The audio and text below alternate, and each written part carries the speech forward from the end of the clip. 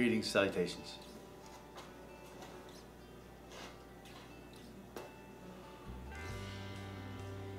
Last time I made a video on this, it has to have been over a year ago. So let me give you a little background if you're not familiar with this and you're new to the channel and you haven't seen a video on the Farmall Cub. It's a 1947 Farmall Cub, and it's one of the original first run production.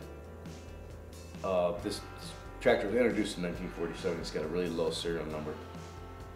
I think they made 500 as demonstrator models, and then the serial number started at 500, and like this is like the 1800th tractor that came out of the factory. So I bought it. It was a basket case, pretty much sat out in the desert for the last 15 or 20 years, and I took it apart, repainted it, and went through the engine, make sure everything was good in it, and yeah, and I had it running briefly because it didn't have any water in the radiator. I just got it started. Basically, first time I started it, before I got into the engine, I just took a rag and put it over the carburetor inlet and fired it off the fumes on the rag. And then after I put the thing back together, I couldn't get it started. So I did a little bit of research and I found out that my governor was out of time. So I timed the governor, then stag timed the magneto, and I fired it off last night. I ran it for maybe 5 seconds because it didn't have any water in the radiator. And then last night I put some water in the radiator, fully expecting to see water gushing out of several holes in the radiator. Much to my surprise, it held water. And put oil in the fan hub and lubed everything up. And today we're going to start it up and see if it blows up. So, oh, and I built a clamp for the muffler. So I installed the muffler last night.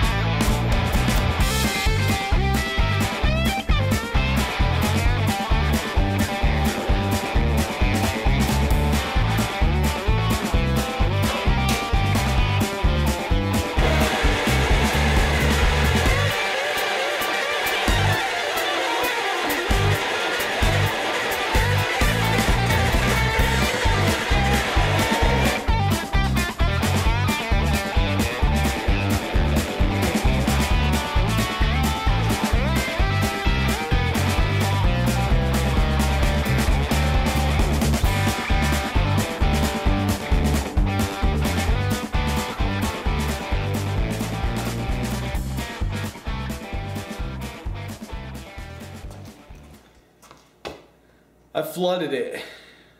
Damn. Back when it dries out. Okay, so I fiddled with it for a while, and I couldn't get the thing to idle down. Once I did get it started, I couldn't get it to idle down, so I adjusted the carburetor, the screw on the, not on the idle mixture screw, but the screw that's on the arm itself that adjusts the butterfly. Adjusted that. The jack shaft for the governor is really worn, so there's about probably ½ an inch of slop in the throw for the governor link that goes to the carburetor. I don't know how that's going to affect the operation of the tractor, but it isn't good. So I'm going to have to do something about that. I tried Loctite, but it's worn beyond the ability for Loctite to do the trick. But fill up the hydraulics work, and the radiator doesn't leak. That's one of the things I was concerned about. I do have to solder in a new overflow tube because the tube's gone. But yeah, starting on a 12-volt battery right now. I don't have a wiring harness, so it doesn't affect the electronics at all. It's going to run without a battery. It's got a magneto, and in 47, that's all they offered was a magneto. So theoretically, I could just crank it by hand and start it, but yeah, why do that when you got a starter? But let me start this pig up for you.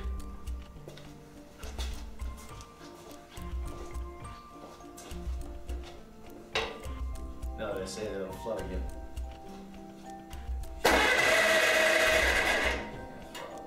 Did I turn the gas on?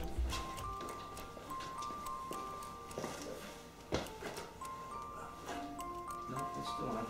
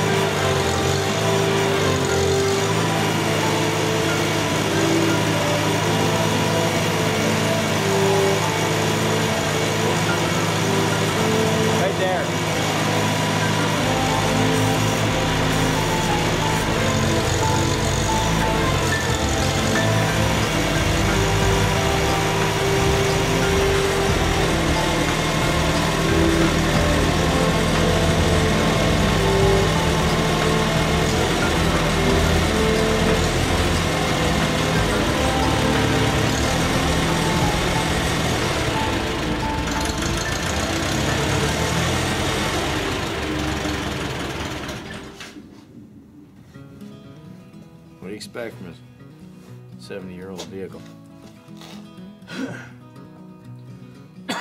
Apparently I have an oil leak.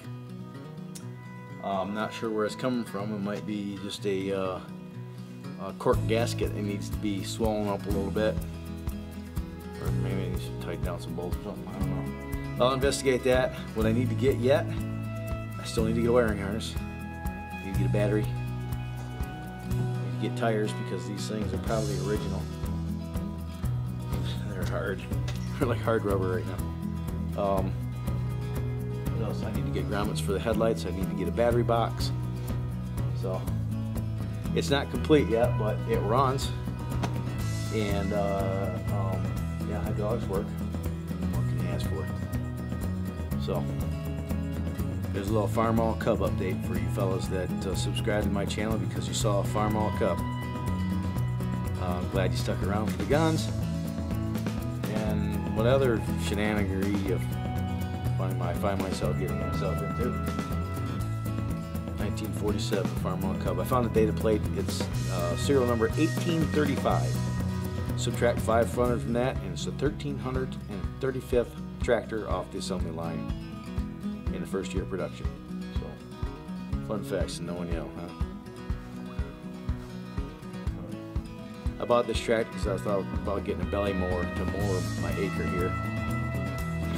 That's when I thought I could grow grass in the desert.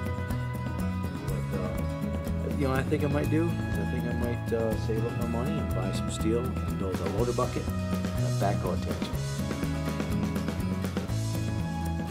Screw shovels. I have a shovel. Backhoe. So that's it for this. If you haven't done so yet, go ahead and click on the subscribe button and subscribe if you want to see some more of this kind of stuff. comment in the comment section if you're so inclined. And until next time, make sure the garage doors are up when you start to implement inside your garage so you don't die. Have fun, stay safe, and you have yourself a splendid day. Bye. Such a cute little tractor.